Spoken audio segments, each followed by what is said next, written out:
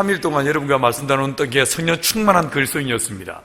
예수님 부활하시면서 저와 여러분 모두를 향해서, 제자를 향해서 숨을 내쉬면서 성령의 충만함을 받으라라고 하셨습니다. 내가 너희를 보냄이 양들을 이 이리 가운데 보낸 것 같다고 말씀하셨죠. 여러분, 이 참혹한 세상, 베드로는 말하기를 우는 사자와 같이 두루다니며 산길을 잘 찾는 이 사단의 엄청난 결계 속에 저와 여러분이 늘 살아가고 있습니다. 제가 언젠가 한번 저를 위해서 오랫동안 기도해 오셨던 80이 넘으신 장로님하고 오랜만에 만나서 함께 긴 교제를 나누게 되었습니다. 근데 이 장로님께서 저를 보시고 이분이 뭐라고 하시냐면, 이분이 막 너무너무 나라와 민족을 위해서 기도를 정말 많이 하시는 분이셨어요. 근데 이분이 저한테 뭐라고 하시냐면, 목사님, 큰일입니다. 이 대한민국이 어찌 될지 진짜 큰일입니다. 이 종북, 이 좌빨들이 대한민국을 접수하고 북한에게 그대로 넘기려고 해서 이게 정말 큰일입니다. 라고 하시면서 이분이 지만한 시에 그 이야기를 그대로 제게 들려주셨어요. 이게 영적 전쟁이라고 제게 이야기하셨습니다. 그분은 뭐라고 했냐면, 전 세계 선교지에서 어떤 일이 하고 있는지 몇 가지 중요한 사례들을 쭉쭉 말씀을 드렸어요. 그러면서 오늘날 이 현대 사회 속에서 영적 전쟁은 어제 제가 여러분과 말씀 나누면서 만모니즘과의 싸움이 가장 무서운 싸움이라고 말씀을 드렸어요. 기억나십니까? 여러분, 이런 영적 전쟁 속에서 사단이 지금은 그 옛날 80년대와 전혀 다른 모습으로 우리를 공격하고 있다는 것을 쭉 설명을 드렸습니다. 그래서 우리가 그 옛날 7, 80년대에 마귀와 싸우던 이런 전략이 아니고, 이런 방법이 아니고 전혀 다른 모습으로 우리가 이 전쟁의 판도가 달라졌음을 제가 설명을 드렸습니다. 하나님의 선역에서 지금 이 시대 속에서 어떻게 역사하신지도 알려드렸습니다. 예를 들어서 그 중에 제가 한 가지 무슨 얘기했냐면, 제가 지난주에 말레이시아 교단에서 저를 찾아왔다고 말씀드렸죠. 왜 찾아왔는지 아십니까? 말레이시아 교단은요, 말레이시아 전체 국가의 85%가 무슬림들입니다. 이 무슬림들인데 그 안에서 기독교인은 6%에서 8%밖에 되지 않습니다. 그런데 제가 어제 무슬림을 국교로 인정하는 나라가 OIC란 연맹체가 있다고 말씀을 드렸죠. 여기 57개 나라가 있습니다.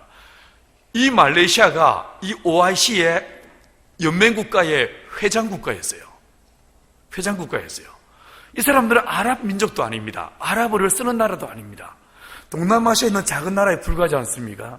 이 사람들이 자기의 종교적 정통성을 주장하기 위해서 어떻게 하기 시작했냐면, 기독교인들이 땅을 낳지 못하게, 기독교인들이 비즈니스를 하지 못하게 얼마나 막 강압적으로 종교적 이 압력을 가하기 시작했습니다. 자, 이런 상황에서 오랑 아슬리라고 불리는 원주민들이요, 이 말레이시아 원주민들 교회가 있지 않겠습니까? 동말레이시아 쪽에 특별히 기독교가 많았습니다.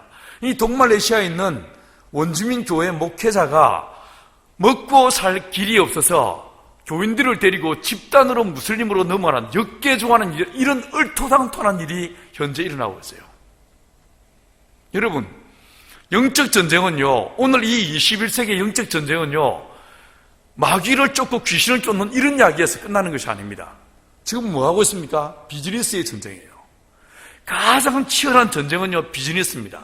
사실 돌아보면요, 비즈니스 아닌 것이 없습니다. 그렇지 않습니까? 모든 것이 비즈니스입니다. 의료도, 교육도, 음악도, 예술도 모든 것이 비즈니스입니다. 돈과의 싸움입니다. 여러분, 요한계시록에서 보시면요, 마지막 종말 때에 적그리스도가 등장한다고 이야기하지 않습니까? 이 적그리스도가 13장과 14장에서 보시면 모든 자에게 그 오른손 손목에, 그리고 요 이마에 짐승의 표를 받게 한다고 했습니다. 그 표를 받지 않은 사람은 매매할 수 없게 한다라고 했죠. 그 짐승의 수를 지혜로운 자가 보니까 그게 숫자가 무엇이었습니까? 666이라고 했습니다. 이게 무슨 뜻 같습니까? 사람들이 요즘 이 벨의 칩이라고 이걸 바코드라고 막 이야기합니다. 이걸 어떻게 근원적으로 들어보면 이게 무슨 뜻이었습니까? 마지막 종말의 때는요, 숫자가 세상을 지배하는 시대가 온다는 것입니다. 숫자가. 좀 더 들어가면요, 경제가 이 세상을 지배한다는 거예요. 여러분, 대한민국의 대통령 기껏해야 5년밖에 더 합니까? 그것도 단임제입니다. 그렇지 않습니까? 근데 요 3층의 이 회장님은, 현대의 회장님은요, 종신제에 가깝습니다. 그렇지 않습니까? 여러분, 지금은요, 권력은 어디가 있는가? 절대로 정치인에게 권력이 가 있는 게 아닙니다. 우리가 볼 때는 대통령이 모든 걸 결정하는 것 같지만 천만에요. 절대로 그렇지 않습니다. 시장 경제, 이 경제 시스템이요, 권력의 정점에 서 있습니다. 그래서 마지막 종말 때에 되는 경제가 사람들을 완벽하게 장악해버리는 시대가 온다 이야기하고 있는 거예요. 여러분, 그래서 이 오늘날 이 현대사회 속에서 우리 그리스도인들은 진짜 깨어있지 않으면 우리는요, 이 만모니즘에 한 방에 먹힐 수밖에 없는 거예요. 교회도 성도들도 어느 누구도 예외 없이 우리는 넘어지고 맙니다. 진짜 마지막 때에 깨어 근신하여 믿음에 굳게 서지 않으면 우리는요, 선들로 생각하며 넘어질까 조심하면서 깨어있지 않으면 안 되는 시대를 저와 여러분 살아가고 있는 것입니다. 여러분, 제가 오늘 아침에 여러분한테 창세기 1장의 말씀을 가지고 예배에 대한, 그리고 십자가에 대한 이야기를 드렸어요. 이 창세기에서의 첫째 날, 둘째 날, 셋째 날의 이 모든 이 창조의 이야기가 단순히 창조로 끝나는 것이 아니고 이게 점층적이고 반복적이어서 이것이 하나님의 성막에서 이스라엘 민족의 출애굽에서 요한복음에서 그대로 반복되어졌다라고 제가 설명을 드렸어요. 짧게 다시 한번 내가 이걸 다시 한번 반복해드리면 창세기 1장의 내용이 무엇이었습니까? 빛과 어둠을 창조하는 얘기였어요. 이스라엘 민족이 출애굽하면서 제일 먼저 경험한 사건이 무엇이었습니까? 하나님의 불기둥이 그들을 인도하는 불에 대한, 빛에 대한 이야기였습니다. 하나님의 성막으로 들어가는 순간에 그 성막에서 제일 먼저 만나는 것이 무엇이었습니까? 번제단. 무엇이었습니까? 불이었습니다. 불. 이게 하나님의 첫째 날의 이야기와 똑같이 동일 반복적이고 점층적으로 이야기를 하고 있습니다. 요한복음 1장에서 첫째 날, 이게 무슨 날이라고 했습니까? 빛에 대한 이야기라고 했습니다. 참빛, 곧 세상에 와서 비치는 빛이 있으나니 라고 말씀했습니다. 둘째 날 무슨 일을 하셨습니까? 하나님께서는 물과 물을 나누시면서 궁창, 라카야임을 만드셨다고 했습니다. 궁창을 만드셨습니다. 물에 대한 이야기였습니다. 근데 이스라엘 민족이 출애굽한 다음에 두 번째로 만나는 것이 무엇이었습니까? 물이었어요. 홍해 바다 물이었어요. 그렇죠? 여러분, 그리고 하나님의 성막에서 번제단을 지나면 바로 또 나타나는 것이 무엇이었습니까? 물두멍. 여러분, 이 성경은요, 진짜 신기하리만큼 반복적으로, 점층적으로 성경은 딱 한 가지를 이야기하고 있습니다. 뭘 말하고 있다고 했습니까? 예수를 말한다고 했어요. 오로지 예수 이야기하고 있습니다. 여러분, 요한복음 1장에 가서 이튿날이라고 1장 29절에 나오죠. 그 1장 29절에서 무슨 이야기 나옵니까? 세례 사건이 등장하고 있습니다. 침례 이야기 나옵니다. 물에 대한 이야기인 것입니다. 이와 같이 하나님은 이스라엘 민족 안에서 또 저와 여러분을 향해서 성경을 통해서 오로지 저와 여러분이 예수만 만나고 예수만 찾고 예수만 붙잡는 그런 인생으로 저와 여러분이 살아가기를 원하시는 거예요. 그 예수 아니고는 우리 안에 소망이 없습니다. 예수 아니고는 우리 안에 길이 없습니다. 그 예수를 우리 안에 충분히 불어넣으시기 위해서 누가 오십니까? 성령이 오신다는 거예요. 하나님의 성령께서 이 땅에 오셔서 우리 주 예수님이 하신 그 말씀을 기억나게 하십니다. 두 번째, 예수를 믿게 하십니다. 그래서 주님께서는 저와 여러분에게 성령의 충만함을 받으라고 말씀하신 거예요. 그래서 내가 약간 격기로 갔다 올게요. 여러분, 예배를 보시면요, 예배는요, 크게 3단계 예배가 있습니다. 성막에는 처음에 뭐가 있었습니까? 바깥들이 있었죠. 이 바깥들이 뭐가 있었어요? 좀 전에 알아본 것처럼 번제단이 있었고, 그리고 물두멍이 있습니다. 이 두 가지는 뭐 하는 것일까요? 고백하는 거예요. 자기의 죄를 자복하는 거예요. 회개하는 거예요. 여러분, 찬송가에도요, 이 성경 속 뒤에 있는 찬송가에도 찬송가가 600몇 곡이 있지만 딱 두 종류의 찬송이 있습니다. 뭐가 있습니까? 뭐가 있어요? 아멘으로 끝나는 찬양이 있고 아멘으로 끝나지 않는 찬양이 있어요. 이게 어떤 차이인지 아십니까? 아멘으로 끝나는 찬양은요, 하나님 앞에 영광을 돌리는 찬양이에요. 아멘으로 끝나지 않는 건 자기 고백적 찬양인 거예요. 여러분, 우리의 찬양도요, 이 두 가지로 나누어지는 것처럼 예배에도 내가 고백하고 자백하고 회개하는 번제단의 예배가 있고, 그리고 물두멍의 예배가 있는 거예요. 이 예배는요, 그냥 내가 통회하며 자복하며 내 가슴을 찢는 이 예배인 거예요. 찬양도 그런 찬양인 거예요. 좀 전에 우리 찬양했죠. 이런 찬양은요, 주 앞에 영광을 돌리는 찬양이 아니에요. 뭐예요? 고백적 찬양인 거예요. 진짜 찬양은 뭐겠습니까? 하나님의 이름을 높여드리는 거예요. 주님의 영광을 올려드리는 거예요. 이게 진짜 찬양인 거예요. 여러분, 예배도 마찬가지입니다. 절대로 바깥들에서 머물면 안 됩니다. 그 다음에 어디로 들어가야 됩니까? 휘장을 지나서 하나님의 거룩한 성소로 들어가야 되는 거예요. 우리의 예배도 마찬가지예요. 성소의 예배로 나가야 되는 거예요. 바깥들에서 예배만 있으면 안 되는 거예요. 맨날 주일마다 와가지고 주여 내가 잘못했습니다, 이따위 늘 회개만 하고 있으면 언제 우리가 성장하고 언제 주의 영광을 쓰임 받겠습니까? 맞지? 물론 예배의 시작은 고백으로 시작하는 거예요. 회개로 시작하는 거예요.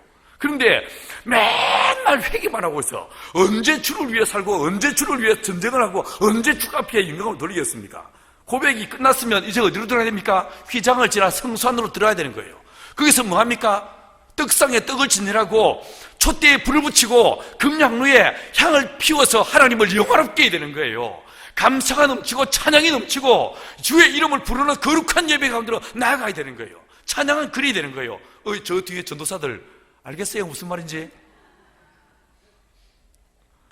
찬양이 살아야지. 찬양이 진짜 주의 이름을 높여드리고 주님을 영화롭게 하는 그 찬양 가운데로 예배로 쑥 들어가게 만들어야지. 맨날 고백만 하면 뭔 예배겠어?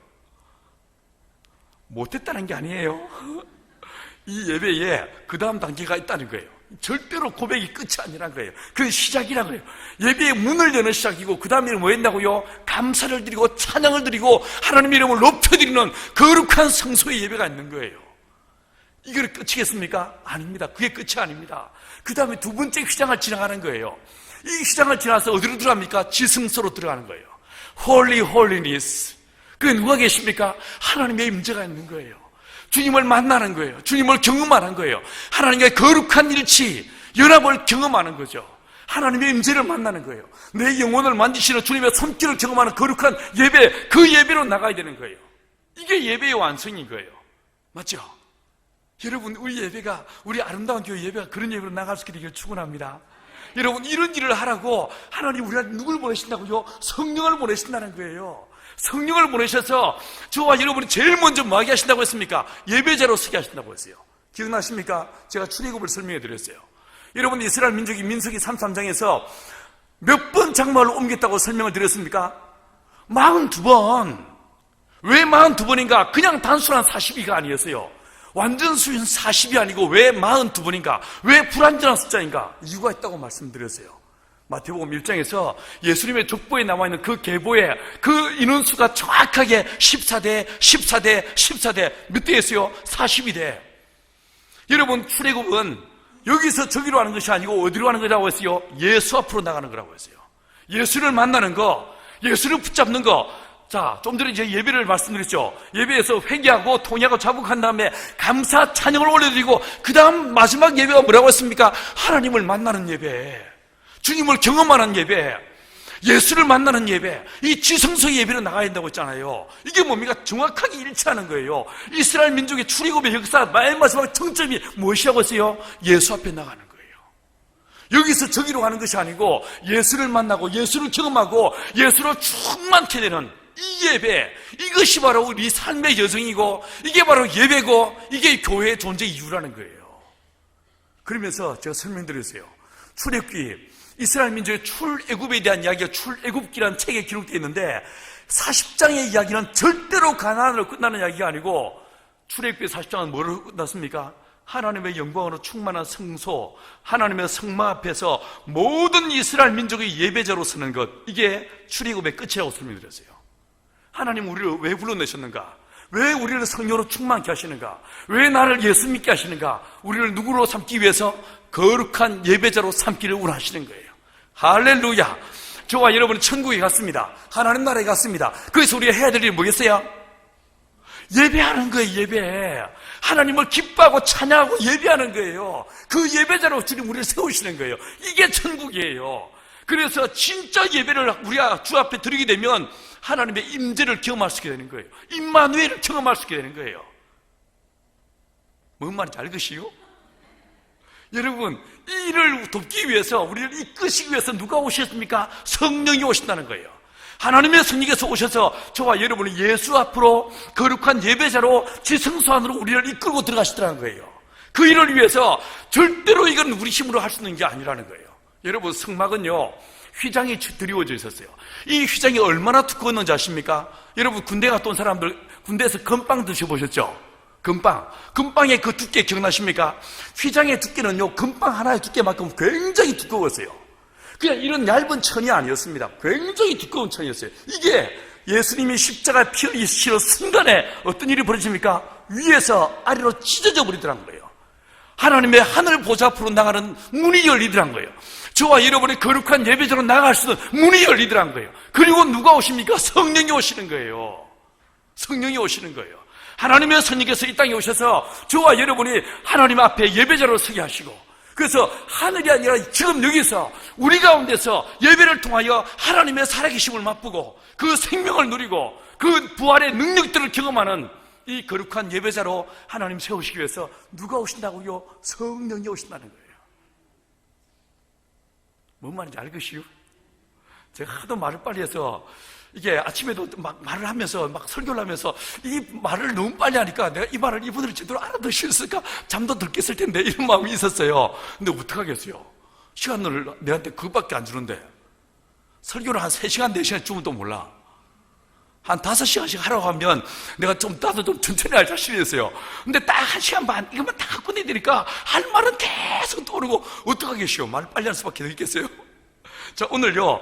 자, 여러분, 이 사복음서에서 하나님의 성령께서 예수에게 임했다고 했습니다. 그죠? 예수님이 임했어요. 자, 오직 성령이 너에게 임하시면 너희가 권능을 받고라고 했는데 어떤 두나미스가 임하는가? 이걸 우리가 이번 주제에 했다고 했어요.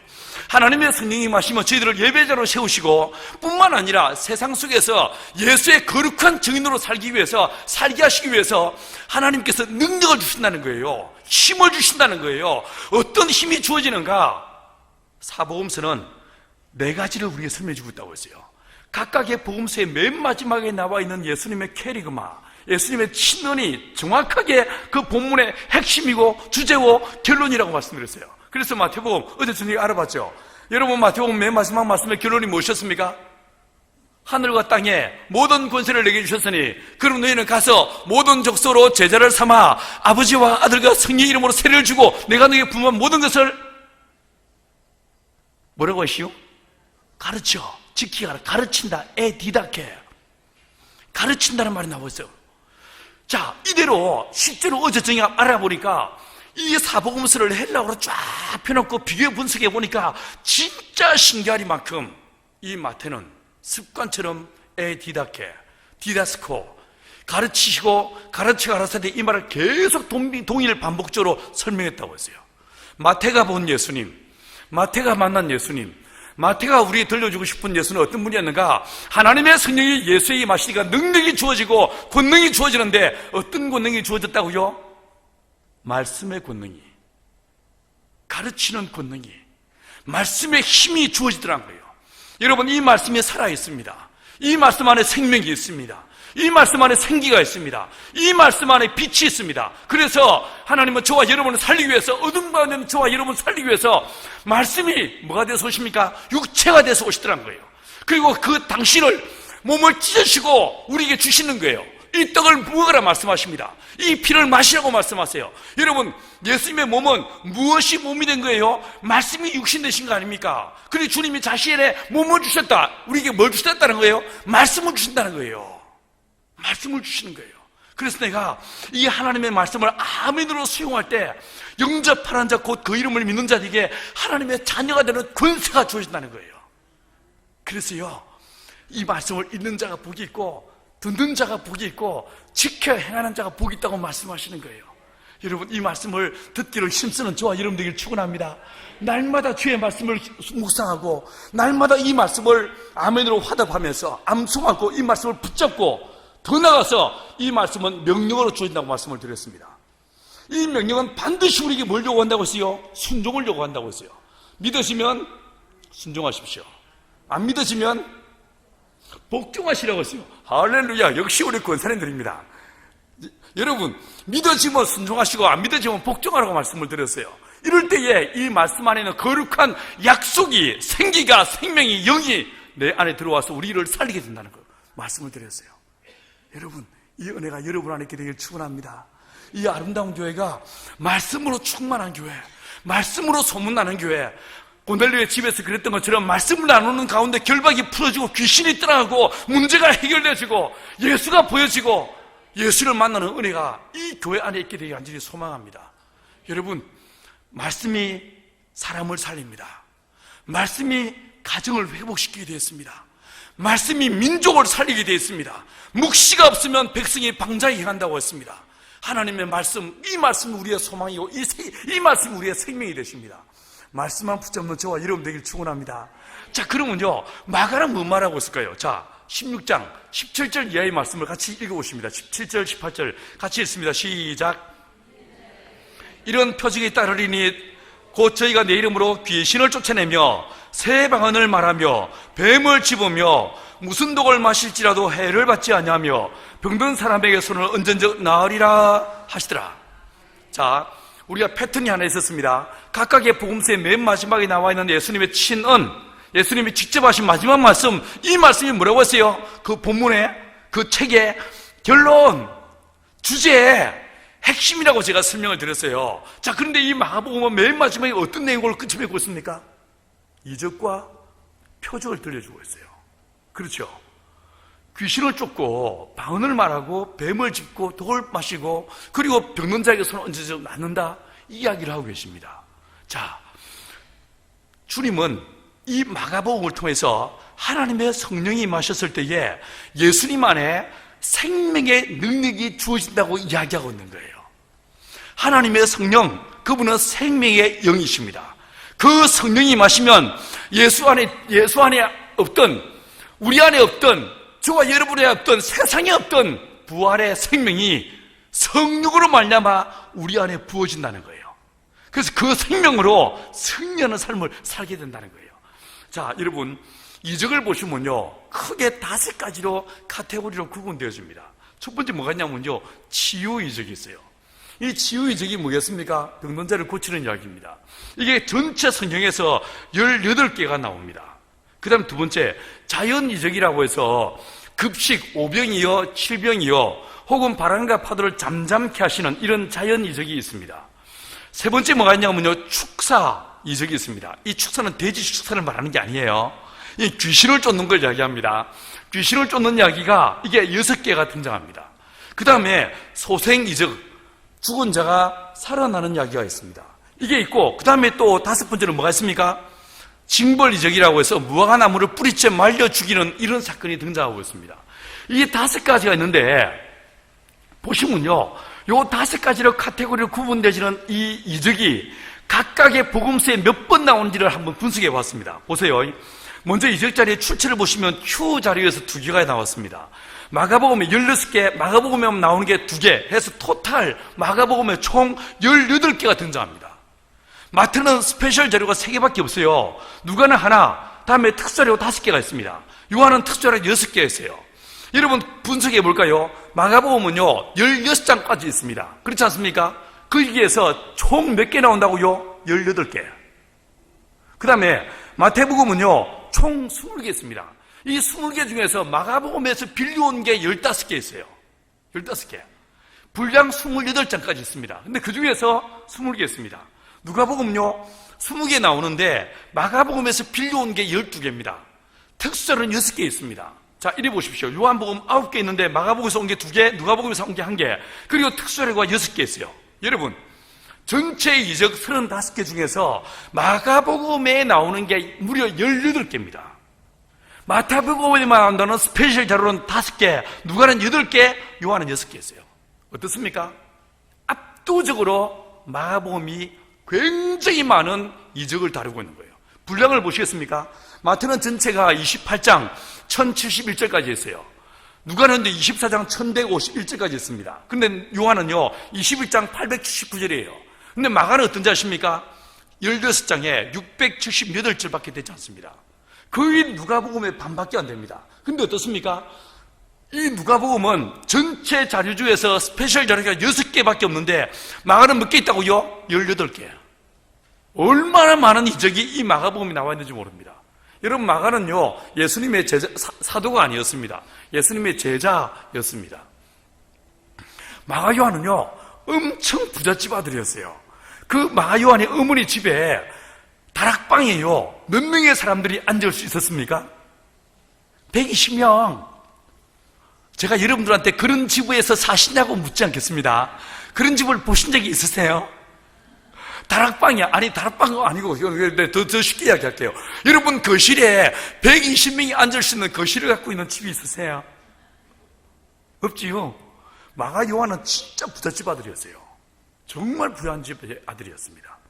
당시에 로마 사회에서나 유대 사회 속에서 이렇게 부유한 집의 사람들은요, 주로 어땠냐면 그리스의 철학자들을 그 집에 가정교사로 뒀어요. 그래가지고 이 그리스 철학자들이 아이들한테 튜터가 돼가지고 기호학을 가르치고 수사를 가르치고 수학을 가르쳤어요. 그리고 논리를 가르쳤습니다. 그래서 이 마가 요한은 어렸을 때부터 매우 논리적 훈련, 이성적 훈련을 받은 사람이었을 거예요.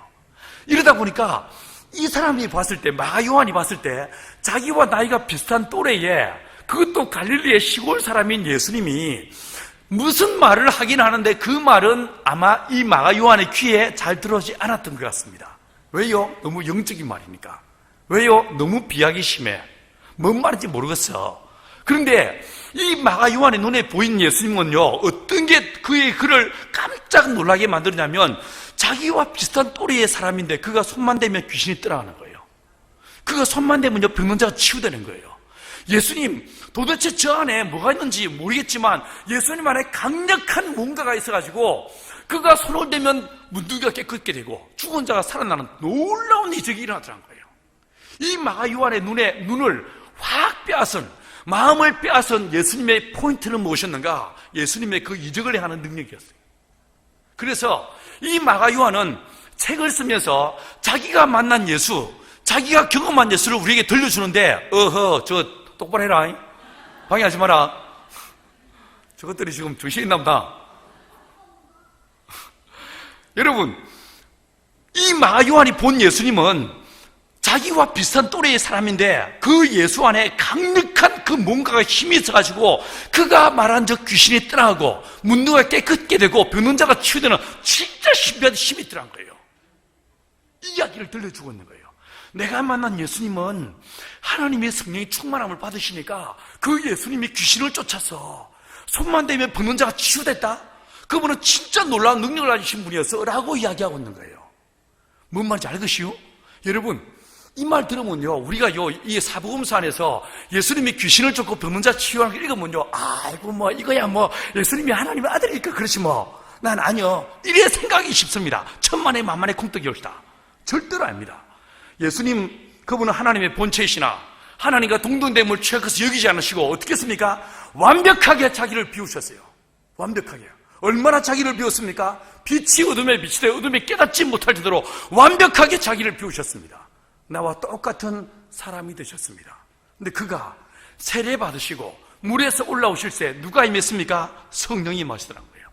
하나님의 성령이 임하시니까 사도행전 1장 8절 말씀대로 오직 성령이 너에게 임하시면 너희가 권능을 받고 라고 하는 말씀대로 예수에게 성령이 임하시니까 예수에게 능력이 주어지는데 이 마가 요한은 말하기를 그 성령, 그분은 생명의 영이시라, 그분은 부활의 영이시라, 그 하나님의 성령이 예수 안에 임하시니까 예수님을 통하여 이적과 표적이 풍성히 나타났다, 이 이야기를 하고 있는 거예요. 이해하시겠습니까? 자, 그럼 하나씩 살펴보십시다. 마가복음의 표적의 의미를 몇 가지 살펴보겠습니다. 마가복음 안에서 이적이 중요하게 강조하고 있음을 단적으로 보여주는 것은요, 마가복음에서 나타난 예수님의 모습 중에 이적을 베푸시는 예수님의 사역을 매우 특별하게 강조하고 있어요. 이 표적과 이적이 영성이 자신들의 교회 공동체 안에서도 아마 풍성하게 나타나고 있었음을 이야기하는 반증의 내용 같습니다. 마가복음 9절을 살펴보시면요, 마가복음 마지막 결론에서 예수님의 이적에 대한 강조는 마가복음 전체 속에 강조가 되고 있어요. 마가복음 안에 18개의 이적이 쫙 나오고 있고, 다시 말해서 좀 전에 말한 대로 어떤 복음서보다 더 풍성한 이적을 다루고 있고, 그리고 그 선성에서 마지막 결론과도 같이 16장 17절 이하에서 믿는 자들에게 이런 표적이 따르리니 라고 이야기하고 있더란 거예요. 그 다음에 마치 예수님께서 마가복음 안에서 여러 이적을 베푸시고 이것을 요약해서 마가복음 마지막 부분에서 말씀을 하시고 계시는 이런 분위기를 우리에게 보여주고 있는 것을 보게 됩니다. 자, 여러분, 그러면요, 구체적으로 한번 살펴보십시다. 귀신을 쫓는 이야기. 자, 마가복음 1장 25절 이야기예요. 예수님께서 시작. 예수님께서 가라사대 잠잠하고 그 사람에게서 나오라 하시니 더러운 귀신이 그 사람에게서 경련을 일으키게 하고 큰 소리를 지르며 나오는지라. 자, 보세요. 주님 어디 계십니까? 회당에 계셨어요. 예배당에 있어요. 예배당에서 주님의 말씀을 읽으시고 이 말씀을 쭉 설명하고 계신데 그 자리에서 한 사람에게 붙였던 귀신이 발작을 일으키더란 거예요. 자, 여러분 기억을 떠올려 보십시오. 요한복음 10장 10절에서 주님 뭐라고 했습니까? 도적이 오는 것은 뭐 한다고 했어요? 도둑질하고, 그 다음에 죽이고, 그 다음에 멸망시키기 위해서 온다고 했죠. 맞죠? 그죠? 여러분, 이 귀신들이 어디까지 따라오더라고요? 회당까지 따라오더란 거예요. 자, 요한복음 8장 44절에 주님 뭐라고 했습니까? 너희는 너희 아비 마귀에게 쌌나니 너희 아비 욕심을 따라 너희도 행하고자 한다 라고 말씀하시면서, 이 마귀는 거짓의 아비다. 진리가 그 속에 없으므로 진리 가운데 서지 못하고 거짓을 말할 때마다 제 것으로 하거니와 라고 이야기했어요. 자, 이 마귀는 진리가 그 속에 있습니까? 없습니까? 없더라는 거예요. 진리 가운데 설 수 있습니까? 없습니까? 없더라는 거예요. 자, 보세요. 에덴에서요, 한 남자가 있었고 한 여자가 있었어요. 하나님의 말씀이 주어졌어요. 선악을 알게 열매를 따먹지 마. 따먹는 날에 정령 죽을 거야. 이렇게 말씀하셨어요. 자, 그런데 이 말씀은 아담과 하와가 동시에 들은 말씀이 아닙니다. 창세기 2장에서 보시면 먼저 하나님이 아담을 지으셨어요. 맞죠? 그 다음에 하나님이 동산을 창설하십니다. 에덴을 지으셨어요. 그 다음에 어떻게 하십니까? 이 아담을 에덴 안으로 데리고 들어오셨어요. 그 다음에 이 아담을 깊이 잠재우신 다음에 아담의 갈비뼈를 취해서 여자를 만드셨어요. 맞죠? 이게 순서가 이렇습니다. 자, 그러면 이 선악을 알게 나무 열매를 따먹지 마. 이 말씀은 누가 들은 말씀이에요? 남자가 들은 말씀. 뭔 하와요? 남자만 들은 말씀이에요. 여자는 못 들었어요. 남자만 들은 말씀이에요. 이 남자는 하나님의 명령을 직접적으로 들었습니다. 여자는요, 직접 안 들었어요. 명령이 주어지고 난 다음에 그 다음에 남자를 잠재운 다음에 갈비뼈로 여자를 만드신 거예요. 자, 그러면 남자는 하나님의 말씀을 받았죠. 그 속에 뭐가 있습니까? 진리가 있죠. 하나님의 말씀이 있죠. 자, 그러면 이 남자는요, 여자한테 뭐 했어야 되냐면 1:1 제자적육 성경 공부를 시켰어야 됩니다. 하와야, 여기 앉아봐라. 앉아봐라. 앉혀놓고 하나님의 말씀을 자세히 풀어줬어야 됩니다. 저 봐봐라, 저 수많은 열매가 있는데 저 가운데 저 선악과는 절대로 먹으면 안 돼. 따먹으면 죽어. 이렇게 말했어야 됩니다. 1:1 제자적육 성경 공부를 했어야 되는데, 어느 날 아담이 깊은 잠에서 깨어나 보니까 누가 있습니까? 몸이 뽀사시한 하와가 앞에 서 있는 거예요. 여러분, 그 전까지 아담은 누구와 같이 살았습니까? 온몸이 털이 북실북실한 침팬지, 우랑우탄, 긴꼬리 원숭이 뭐 이런 것들하고 살았는데, 어느 날 눈을 뜨고 보니까 앞에 누가 있습니까? 하와. 너무 이쁜 하와가 있으니까 이 인간이 어떻게 됐습니까? 뻑갔어. 너는 내 뼈 중에 뼈 50볼까? 맛이 가버렸습니다. 그 결과 이 아담은 하와에게 말씀을 제대로 가르쳤어요? 안 가르쳤어요? 창세기 3장에서 뱀과 여자가 대화를 나누는 거 보면 이 여자는 하나님의 진리를 제대로 듣지 못했어요. 배우지 못했어요. 말씀을 받지 못한 거예요. 자, 아담 안에는 말씀이 있습니다. 아담 안에는 진리가 있습니다. 하와 안에는 진리가 있시오? 없시오? 없시오. 이러다 보니까 물이 낮은 곳으로 흐르는 것처럼 이 뱀이 누구한테 오더라고요? 여자한테 오더란 거예요. 진리가 그 속에 없으므로 진리 가운데 서지 못하는 이 마귀가 아담이 아니라 누구한테? 여자한테 오더란 거예요.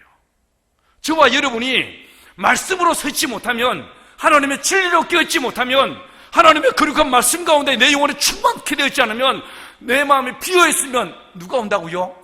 마태복음 12장에서 38절 이하에서 뭐라고 했습니까? 한 사람에서 귀신이 나갔어요. 이 귀신이 두루 다녔습니다. 쉴 곳을 찾아 두루 다니다가 쉴 곳을 얻지 못한 거로 어디로 왔습니까? 다시 본래 그 집 돌아왔어요. 와보니까 어떻게 됐습니까? 비고 소대되어 있었어. 비어있더란 거예요. 무엇으로 채워져야 됩니까? 말씀으로 채워져야 되는 거예요. 하나님의 진리로 채워져야 되는 거예요. 어제 제가 설명드렸어요. 여러분, 하나님께서 저와 여러분을 하나님의 형상대로 지었다고 했죠. 이 형상의 의미가 뭐라고 했어요? 장갑과도 같다. 장갑은, 이 장갑만 있을 때는 절대로 의미가 없어. 이 장갑 속에 뭐가 쑥 들어와야 됩니까? 손. 이게 바로 하나님의 형상이라고 말씀드렸어요. 내 안에는 뭐가 들어와야 됩니까? 누가 들어오셔야 됩니까? 예수의 영, 하나님의 성령, 예수, 그분이 내 안에 왕으로 좌정하셔야 되는 거예요. 그때 비로소 나는 존재의 의미가 있고 존재의 가치가 있게 되는 거예요. 할렐루야. 여러분, 그런데 아담 안에는 진리가 있어. 하와 속에는 진리가 있시오? 없시오? 없더라는 거예요. 없으니까 누구한테 옵니까? 여자한테 쑥 오더란 거예요. 여러분 집안에 자꾸 자꾸 저 인간이 문제를 일으키고 저 인간이 난리 법석을 떨고 저 인간 때문에 내 마음이 괴롭고 저 왼수 때문에 힘든 것 같죠? 사실은 누구 때문이에요? 나예요.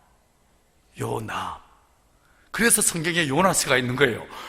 나 때문에 풍랑도 생겼고 나 때문에 어려움도 생기는 거예요. 여러분, 저 인간 때문에 절대로 그렇게 말하지 마십시오. 생각하지 마십시오. 여러분, 우리가 진리로 충만하지 못한, 예수로 충만하지 못한, 성령으로 충만하지 못한 게 이게 문제인 거예요. 문재인이 정치를 제대로 못한다고요? 여러분, 국회의원들이 다 썩어 빠졌다고요? 이게 중요한 게 아니라 정치가는 원래 썩었어요. 원래 썩은 게 이게 정치인들이에요. 여러분, 혹시 미국의 초대 대통령이 누군지 아세요? 조지 워싱턴. 어릴 때 여러분 그분 책 읽은 거 기억나십니까? 어렸을 때 이 인간이 뭐였습니까? 도끼로 그 아버지가 사랑하는 뭘 찍었습니까? 유치원을 좋은 데로 안 나오셨나 봐요. 모르세요?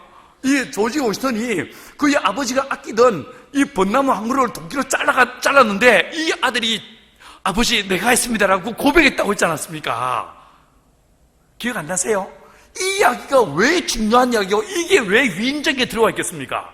정치인도 옛날에는 정직했어 이야기하고 있는 거예요.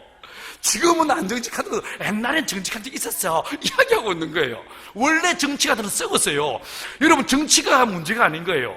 진짜 문제는 뭐겠습니까? 교회 안에 예수가 없는 거, 이 성도들 안에 예수로 충만하지 못한 거, 교회가 말씀 가운데 서지 못한, 이게 진짜 문제이지 않겠습니까?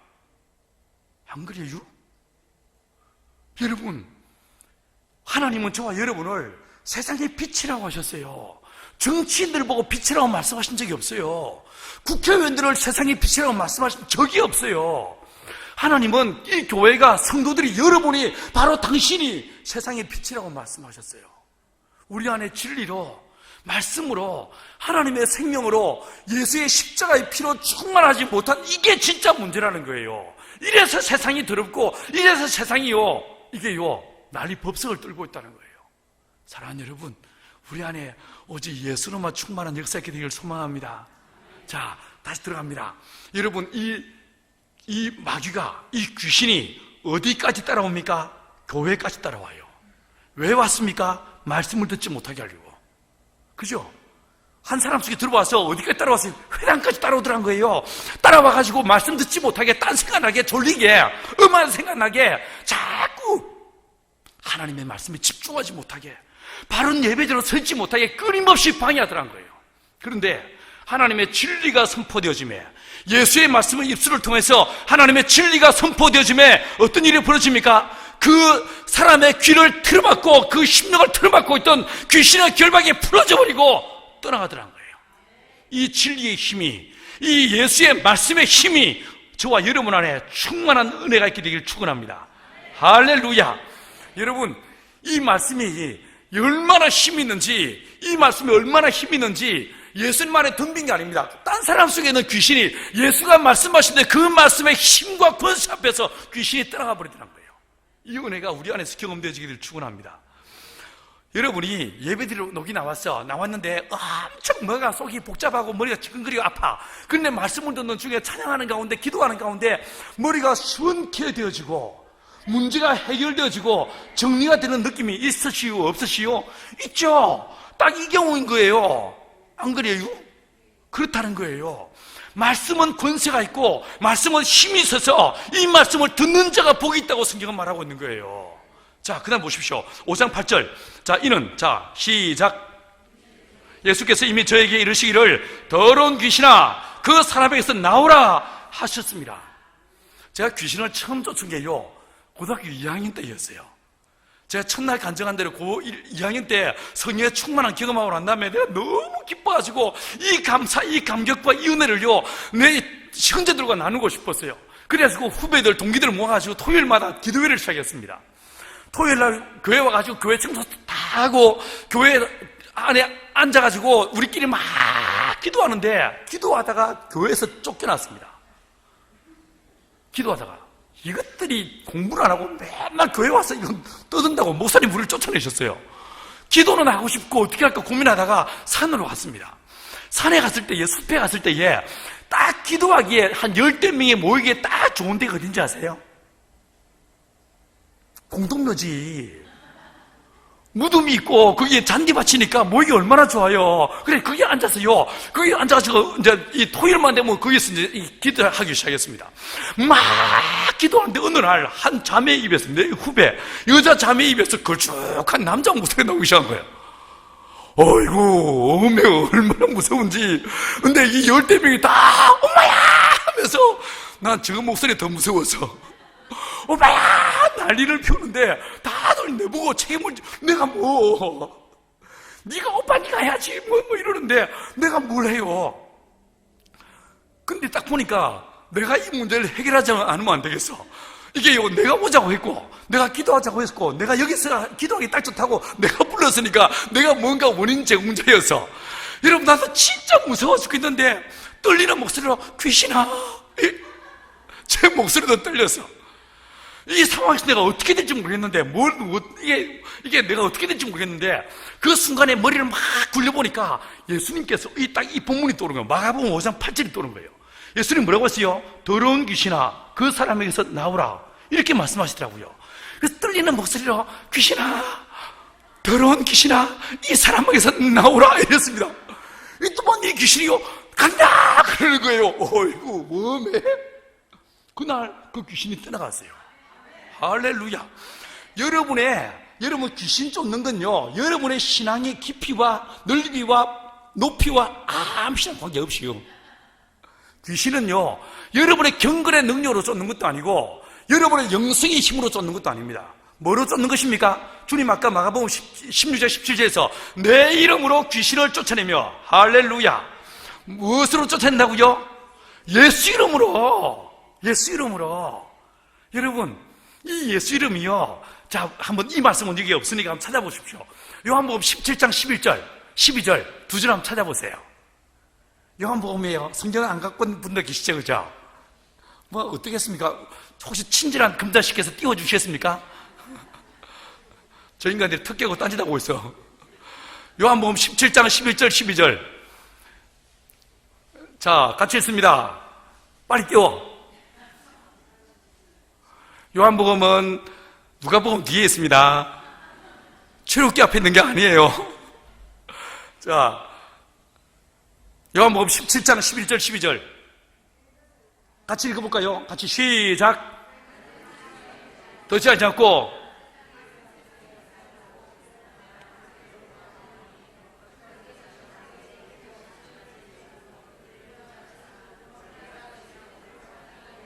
하나가 되게 없어서 거룩하신 아버지여, 계속 내게 주신 아버지 이름으로 내가 저희를 보존하고 지켰나이다 라고 말했죠. 자, 보세요. 거기서 예수님 하시는데 내게 주신 뭐라고 했습니까? 아버지의 이름이라고 이야기하고 있어요. 자, 여러분, 우리가요 그분의 이름을 알고 있습니다. 그분의 이름이 뭐였어요? 예수, 맞죠? 자, 마태복음 1장 21절에서 아들을 낳으리니 그 이름을 뭐라고 했어요? 예수라 하라. 이는 자기 백성을 저희 죄에서 구원할 자의 힘이라 라고 얘기했습니다. 이름이 한 아들에게 주어집니다. 근데 요한복음 17장 11절과 12절에 보니까 동일 반복적으로 딱 한 문장이 그대로 반복돼 나왔어요. 내게 주신 아버지 이름. 아들에게 주신 이 예수란 이름은 원래 누구의 이름이었다고요? 아버지의 이름이더란 거예요. 아버지의 이름이더란 거예요. 창조주 하나님, 만물의 주인 되신 그분의 이름이었는데, 그 이름이 하나님의 이름이었는데 아들이 태어나니까 그 이름을 아들에게 주시더란 거예요. 이해하시겠어요? 자, 여러분, 신명기 12장에서 보시면요, 하나님께서 성막 혹은 성전에 대해서 뭐라고 말씀하시고 있냐면요, 내 이름을 두려고 택하신 그곳이란 단어를 쓰고 있습니다. 하나님의 성전 안에, 하나님의 성막 안에 뭐가 있더라고요? 내가 좀 전에 답을 드렸구만. 왜 답을 못하세요? 다시 말할게요. 신명기에서 반복적으로 계속 어떤 말이 나오냐면 내 이름을 두려고 택하신 그곳, 이런 단어가 나옵니다. 자, 그러면 성막 안에는, 성전 안에는 무엇이 있다고요? 하나님의 이름이 있다는 거예요. 하나님의 이름이 그 안에 있기 때문에 그래서 그게 성막이고 그래서 그게 성전이란 거예요.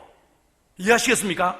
원래 하나님 안에 그 이름이 있는데 그 이름을 이 땅에 두셨어요. 그게 뭐라고 불렀어요? 성막이라고 부르더란 거예요. 자, 그런데 이 성막은요 반드시 무너집니다.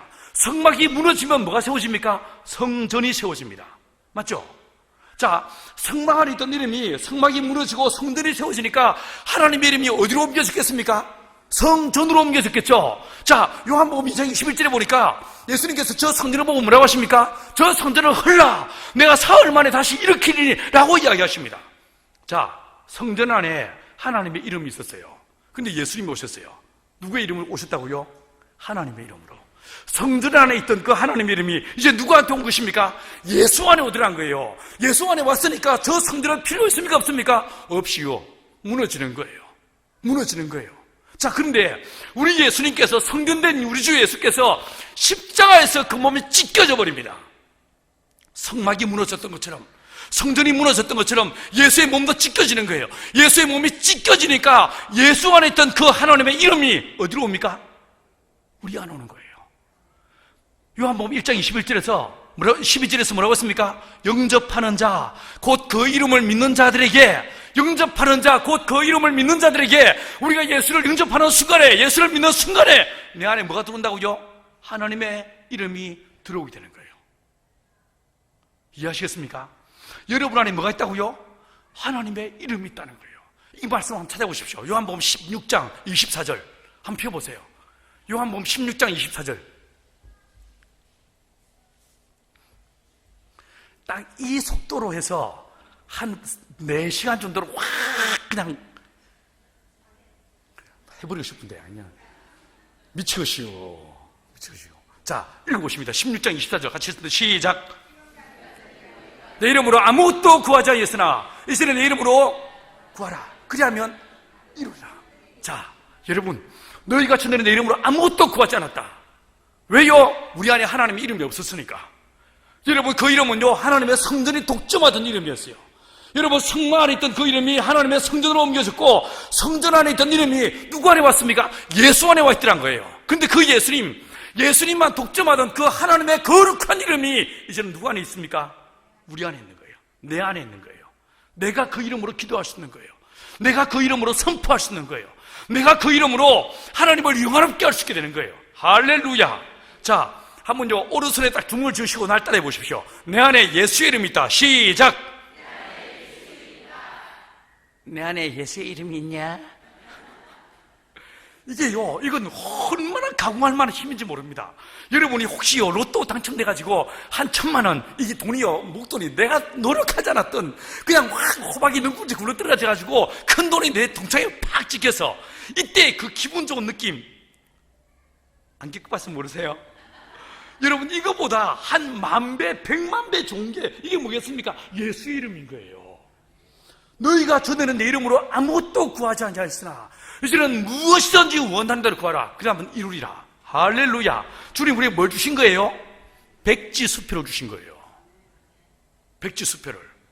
너희가 땅에서 매면 하늘에서 매인다.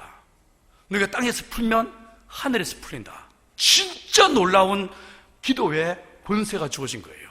이 권세가 무엇으로 주어진 겁니까? 예수의 이름으로. 할렐루야. 여러분, 이 예수 이름이 내게 주어지니까, 그러니까 예수 이름이 내 안에 들어와 있으니까 내가 뭐가 되는 거예요? 내가 성전이 되는 거예요. 우리가 성전이 되는 거예요. 할렐루야. 여러분, 그래서 저와 여러분이 이 예수의 거룩한 이름으로 승리하는 믿음을 살 수 있는 은혜가, 능력이 이미 여러분에게 주어져 있는 거예요. 여러분, 이 이름이 주어지는 순간에 우리는 두 가지를 할 수 있어요. 하나는 뭔지 아십니까? 이 이름으로 기도할 수 있어요. 예수 이름으로 기도할 수 있어요. 예수 이름으로 구할 수 있어요. 하나님 역사하십니다. 또 하나 있습니다. 기도만 있는 게 아닙니다. 자, 예를 들어서 사도행전 3장에서 제9시 기도 시간에 베드로와 요한이 기도하러 성전 민문으로 올라왔습니다. 누구를 만났습니까? 나면서 안제병이 된 사람을 만났어요. 이 사람이 뭔가 얻을까 해 베드로를 주목하여 지켜봤습니다. 베드로가 뭐라고 말합니까? 은과 금은 내게 없거니와 내가 내게 있는 것으로 너에게 명하노니 곧 일어나 걸으라. 할렐루야. 베드로는 자기 안에 무엇이 있다고 인지했습니까? 내 안에 예수 이름이 있다는 거예요. 맞죠?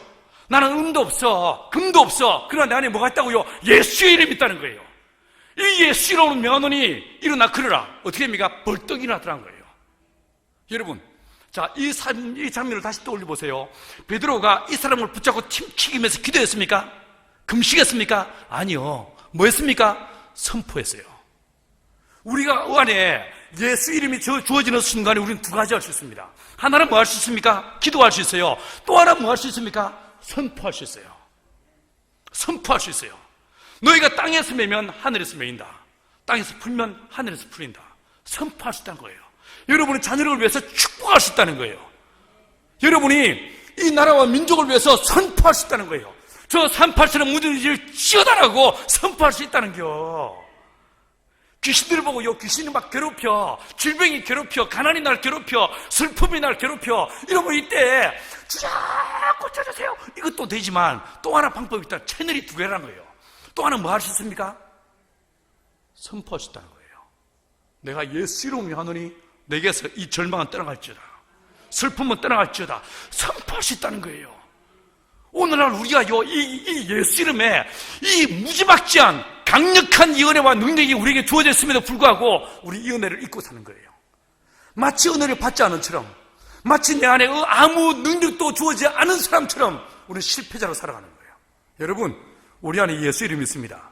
다시 한번 오른손 주먹을 쥐고 날 따라 세 번을 딱 따라해 보십시다. 내 안에 정말 여러분이요, 여러분 자신의 시편에서 뭐라고 했습니까? 내 영혼아 깰지어다. 맞죠? 딴 사람 영혼 깨우는 게 중요한 게 아니고 여러분 영혼이 깨어나는 게 진짜 중요한 거예요. 진짜 내 안에 예수 이름이 있다. 진짜 내 안에 부활의 생명이 있다. 진짜 내 안에 십자가의 피의 능력이 내 안에 있다. 이 믿음이 내게 있을 때 이 믿음이 세상을 변화시키게 되는 거예요. 맞지요? 하면요, 내 안에 예수 이름이 있다. 세 번 시작. 내 안에 예수 이름이 있다. 내 안에 예수 이름이 있다. 내 안에 예수 이름이 있다. 여러분, 이름으로 기도할 수 있게 되기를 축원합니다. 이름으로 선포할 수 있게 되기를 축원합니다. 이름으로 어둠의 결박을 풀고 믿음으로 승리하는, 적어도 주일날 예배할 때 모일 때마다, 예배에 올 때마다 하나님, 내가 주의 이름으로 귀신을 쫓아내니까 귀신이 떠나가더이다. 병든 자에게 안수하고 기도하니까 병든 자가 치유되더이다. 이런 간증을 가지고 주 앞에 나와야죠. 그죠? 맨날 천부의 의지 없어 손들고 옵니다. 이건 예배의 바깥들의 예배라니까요. 거기서 한 걸음 더 나가서 감사로, 찬송으로, 영광으로 하나님 이름을 높여드려야 한다니까요. 성소의 예배가 더 있어져야 한다니까요. 그 다음에 거기서 더 나가서 그 가운데 휘장이 찢겨진 그 예수의 십자가의 피로 찢겨진 거룩한 지성소 안으로 들어가 하나님과 내가 하나 되는, 연합되어지는, 나도 없고 세상도 없고 오직 예수로만 충만한 그 하나님의 은혜 안으로 나아가는 저와 여러분의 예배가 되기 간절히 축원합니다. 진짜예요. 이런 예배를 드리다가 천국 가야 낯설지 않죠. 안 낯설지. 제대로 된 찬양도 못 해보고 제대로 된 능력도 발휘하지 못하고 천국 갔을 때 아이고 그 이름으로 한번 귀신하고 쫓아보고 올걸, 아이고 그 이름으로 한번 병든 자를 위해서 안수기도라도 한번 해보고 올걸 하지 마시고, 못 먹어도 코예요. 여러분 한번 안수해 보시고 기도해 보시고 구역 모임에서 함께 한번 기도해 보시고 하나님의 은혜를 사모하면서 주의 역사심을 사모하면서 믿음으로 나가는 저와 여러분 되기 바랍니다. 아멘. 아멘. 진짜예요. 아멘 했어요. 그래서 여러분이 주일날 모일 때마다 간증이 넘쳐나요. 간증이. 여러분 구역 모임에서, 여러분 예배에서 하나님이 나를 만져주신, 나를 변화시키신 그 은혜, 그 스티그마, 주님의 거룩한 십자가의 흔적들이 내 안에 경험되어져야죠. 그래야 내가 증인으로 살죠. 그래야 내가 승리하는 삶을 살죠. 그래야 내가 이 땅에 소망을 두지 않죠. 맨날 뭔 가방 들고 다닐까? 이따위 고민하고, 뭔 차 탈까? 이따위 고민하고. 여러분, 세상 사람들이 볼 때 우리를 보면서 진짜 천국이 있다는 걸, 야, 니 보니까 예수가 있는 걸 알겠고 니 보니까 천국이 있는 거 알겠다, 이 말을 우리가 들어봐야 되지 않겠습니까? 당최 넌 나랑 차이가 없어. 오히려 더하네? 이런 말 들으면 어쩌겠습니까? 정신을 차리고, 진짜 정신을 차리고 천국에 우리의 부활을 쌓는 믿음의 삶을 사는 저와 여러분 되기를 축원합니다. 이게 어째을까? 이게 지금 이제 3페이지 중간에 왔네요. 그죠? 좀 더 합시다. 7장 29절 어차피 성경 구절 얘기하니까 끝내도 괜찮아요. 그죠? 자, 7장 29절. 자, 예수께서 시작. 예수께서 가라사대 이 말을 하였으니 돌아가라. 귀신이 내 딸에게서 나갔느니라 하시매. 자, 보세요. 어머니 수로보니게 여인은 지금 어디 있습니까? 예수 앞에 있어요. 딸은 어디에 있습니까? 저기 집에 있습니다. 맞죠? 그런데 여기서 이 예수님께서 이 어머니를 향해서 선포하니까 어디서 났습니까? 시간과 공간을 초월해서 집에 있는 딸이 회복되어 버립니다. 뭔 말인지 알겠어요?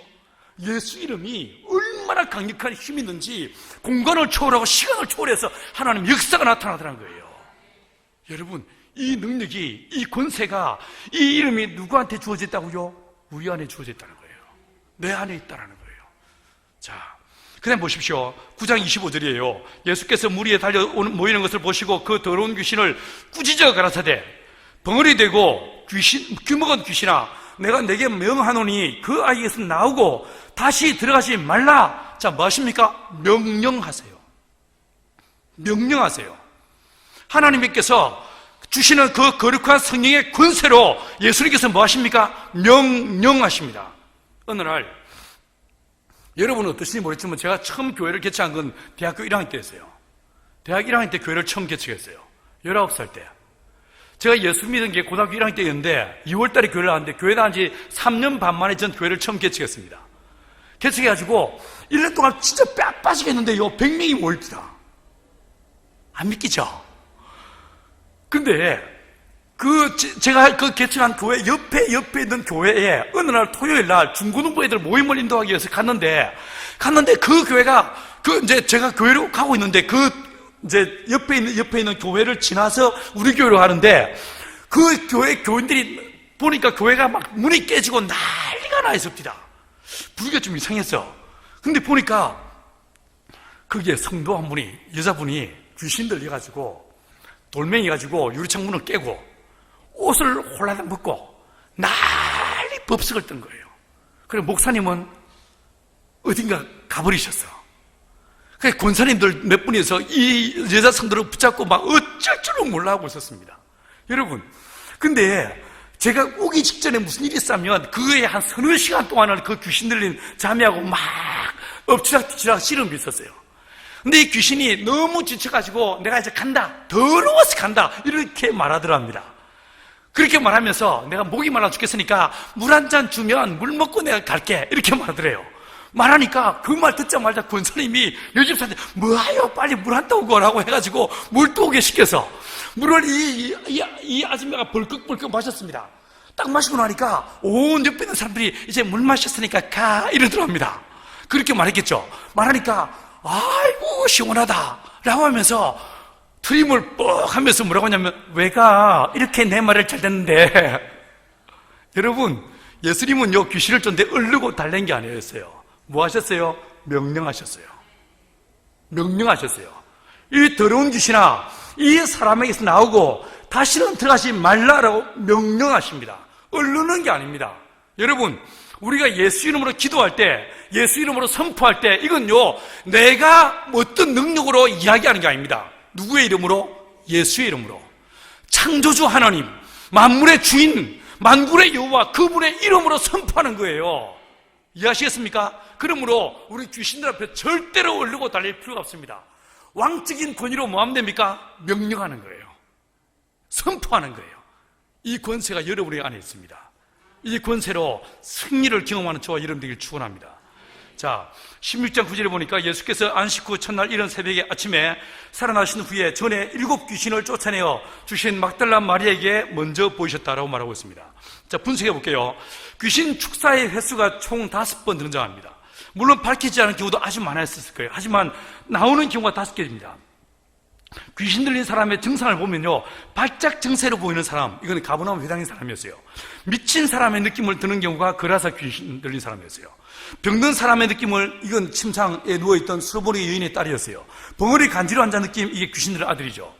잘 모르겠는 이 여자 막달라 마리아는 어떤 귀신이 들린지 모르겠습니다. 아무튼 이렇습니다. 자, 그런데 요 귀신의 경우를 보면요, 자 보시면 그 다음 보시겠습니까? 다음 4페이지 한번 보십시오. 주님께서 귀신에 대해서 말하는데 뭐라고 하냐면 더러운 귀신, 이 말이 제일 자주 흔하게 나오고 있습니다. 벙어리 귀신 들린 이게 한 번 나오고요, 귀먹은 귀신아 이게 한 번 나옵니다. 주로 주님께서는 귀신들을 뭐라고 했습니까? 더러운이라는 용어를 쓰고 계십니다. 그 다음에 귀신의 숫자를 보시면요, 단수로 주로 등장합니다. 단수로. 자, 그런데 어떤 경우는요, 복수로 이것들이 비겁하게 때로 덤비는 경우가 있어요. 때로. 그죠? 보시면요, 이 마귀의 세계를 보시면 굉장히 무서운 아주 조밀한 하이어라키가 있습니다. 자기들 안에 군대 계급과도 같은 계층이 있고 계급이 있습니다. 그리고 자기들의 역할이 구분되어져 있습니다. 이걸 아주 쉽게 설명드리면요, 한 사람을 죽을 때까지 따라다니면서 죄 짓게 하는 귀신이 있어요. 습관적인 죄를 짓게 합니다. 그 죄를 또 짓고 또 짓고 또 짓게 하는 이 귀신이 있어요. 아주 그냥 죄를 짓게 하기 위해서 아주 나를 아주 밀착 방어하면서 어시스트하는, 죄를 짓도록 어시스트하는 이 귀신이 있습니다. 나만 따라다니는 귀신이 있어요. 두 번째, 한 가정을요 아주 아작내는 귀신도 있어요. 한 가정을. 세 번째로요, 한 지역을 붙잡고 있는 영이 있어요. 자, 한번 이건 찾아보십시오. 마가복음 5장 10절 말씀이에요. 한번 펴보십시오. 마가복음, 신약성경 마가복음 5장 10절입니다.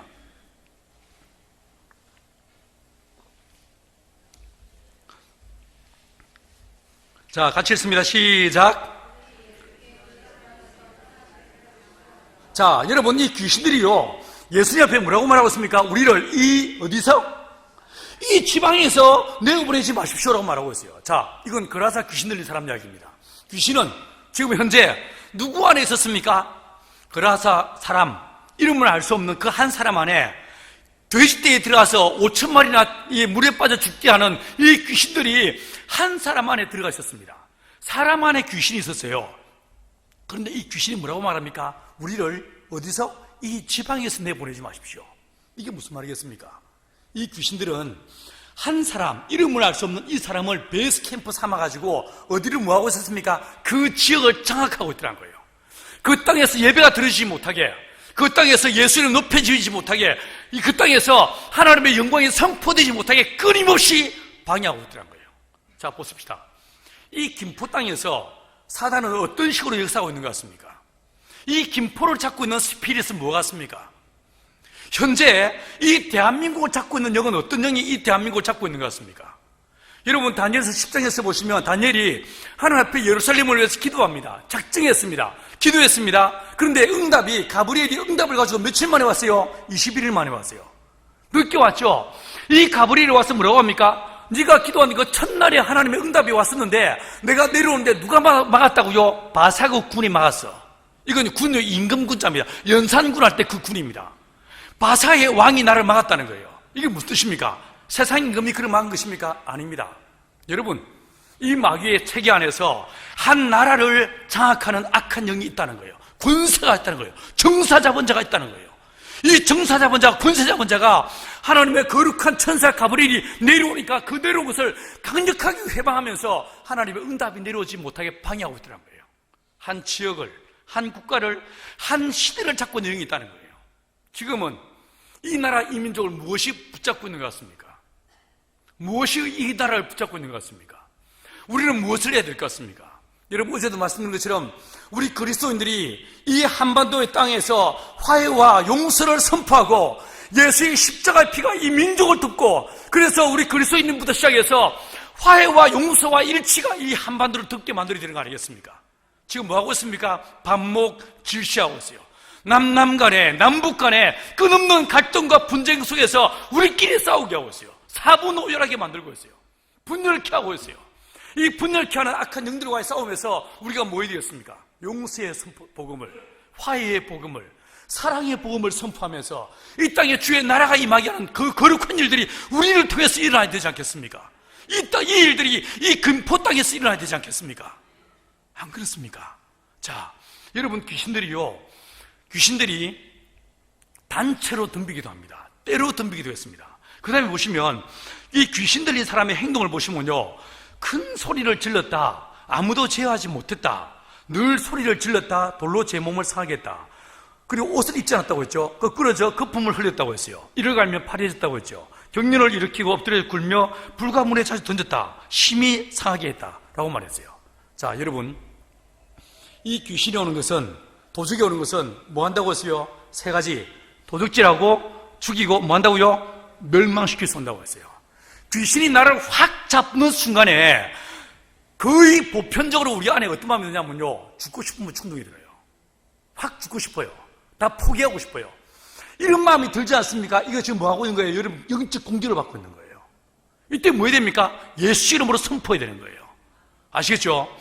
이게요, 오늘날 이 현대사회 속에서 대한민국 안에서 얼마나 심각하게 우울증이 우리의 청소년들을 붙잡고 있는지 모릅니다. 맞죠? 남자아이들 군대 가기 직전에 얼마나 많은 아이들이 이 우울증에 빠지는지 모릅니다. 그리고 뭐합니까? 자살합니다. 자살합니다. 뭐합니까? 이 사망의 세력들이 도둑질하고 죽이고 멸망시키는 이 악한 영들이 이 민족의 청소년들을 붙잡고 있다는 거예요. 중독에 빠지게 만들고 있다는 거예요. 우리는요, 이 교회가 한국의 청소년들을 우리의 가슴에 품고 그들을 위해 기도하고 하나님의 생기가 흐르게 하고 예수의 십자가 피가 흐르게 해서 이들이 예수의 복음으로 일어서게 만들 책임과 의무가 우리 안에 있는 거예요. 아멘. 얼르고 달릴 문제가 아닌 거예요. 이건 영적 전쟁을 선포해야 되는 문제인 거예요. 여기서요, 제가 팁을 하나 드리겠습니다. 정신분열증 환자하고 귀신 들림의 증상은요, 매우 흡사합니다. 둘 다 망각 증세가 있습니다. 망상 증세가 있습니다. 과대망상, 피해망상, 종교망상, 똑같은 망상 증상이 있어요. 그런데 정신분열증과 귀신 들림의 가장 큰 차이가 뭐냐면요, 영적인 용어를 이야기할 때 정신분열증 환자는 아무 반응을 보이지 않습니다. 예수 이름으로, 예수의 십자가, 예수의 피, 혹은 방언을 말하고 기도할 때 어떤 반응을 보이지 않으면요, 그건요, 정신분열증 환자예요. 이 사람은 귀신 쫓아오면 안 됩니다. 빨리 병원에 데려가셔야 됩니다. 빨리.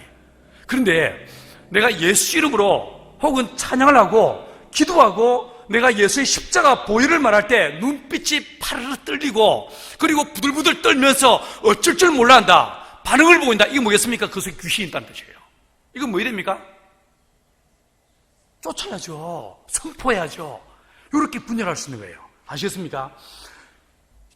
정신분열증하고 귀신 들림은 매우 흡사합니다. 근데 지금은요, 다 이 문제를 정신병원에 다 보내버려요. 정신병원의 의사 선생님들은 혼적인 부분을 터치하시는 분이지 영적인 부분에 대해서는 문외한들이세요. 알지 못하는 영역이에요. 이건 누가 해야 됩니까? 우리가 해야 되는 문제예요. 우리가 영으로 깨어서 성령으로 충만해서 우리가 그들을 만져야 되는 거예요. 너희가 저 사람들을 고쳐라, 귀신을 쫓아내라, 병든 자를 치유해라 라고 주님 우리에게 말씀했지 않습니까? 여러분, 우리가 직무를 유기하지 않고 우리가 오직 예수 이름으로 충만하고 성령으로 충만해서 저와 여러분을 통해서 병든 자를 치유하고 귀신을 쫓는 은혜의 역사들이 끊임없이 일어날 수 있게 되기 간절히 축원합니다. 아멘. 아멘. 이게요, 귀신을 쫓다 보면요, 이게 정말 우리가 성령 충만하고 내 안에 예수 이름에 확실히 딱 있을 때에 이게요, 내가 예수 이름으로 명하노니 귀신아 떠나가라, 가라 이 말할 필요도 없이 빡 나가 떨어져 버립니다. 자, 근데 나가 떨어졌다고 해서 다 귀신이 나간 건 아닐 수 있어요. 이게 귀신이 되게 나갈 때 사람을 치고 나가거든요. 팍 뒤로 떨어질 수 있습니다. 물론 이런 일이 없으면 더 좋겠지만 혹시 있을 때, 특별히 선교지에서 이런 일이 있을 수 있거든요. 여러분이 단기 선교 나갔어, 키즈에 갔어, 이런 일을 만났어. 이때 제 이야기를 참고해 보십시오. 자, 귀신이 딱 떠나갔는데 딱 봤을 때 진짜 귀신이 완벽하게 나갔으면요, 그 사람의 숨이 넘어진 다음에 그 사람의 호흡이 굉장히 평화롭습니다. 아주 평화롭습니다. 깊은 잠을 자는 것처럼 아주 고요해요. 그런데 그렇지 않고요, 눈빛이 파르르 떨리고 목에 경련이 일어나고 온몸이 힘을 빡 주고 있어. 그럼 귀신이 나가다 만 거예요. 쫄따구들만 나가고 우두머리는 안 나가고 숨어 있는 거예요. 그럼 여러분 뭐라고 해야 되냐면, 이 더러운 귀신이 어디 사람을 숨겨 지랄이고 이리 와! 불러가지고 또 작사를 해가지고 쫓아버리시면 됩니다. 아시겠죠? 귀신을 쫓는데 방법은 딱 한 가지입니다. 뭐 하면 됩니까? 예수 이름으로 명령하는 거예요. 이해하시겠습니까? 딴 거 아무것도 필요 없습니다. 무엇으로? 예수 이름으로 뭐 하면 돼요? 명령하면 되는 거예요. 여러분, 다시 말합니다. 못 먹어도 코예요. 이건요, 안 나가도요, 내 책임이 아니에요. 맞죠? 주님이 내게 예수 이름으로 귀신을 쫓아라고 했으니까 난 쫓을 뿐이에요. 안 나가면 다 당신 책임이에요. 주님 책임이에요. 이렇게 책임을 넘기시고 여러분은 뭐 하면 되겠어요? 선포하세요. 선포하세요. 병든 자를 위해서도 마찬가지입니다. 자, 다음 보십시오.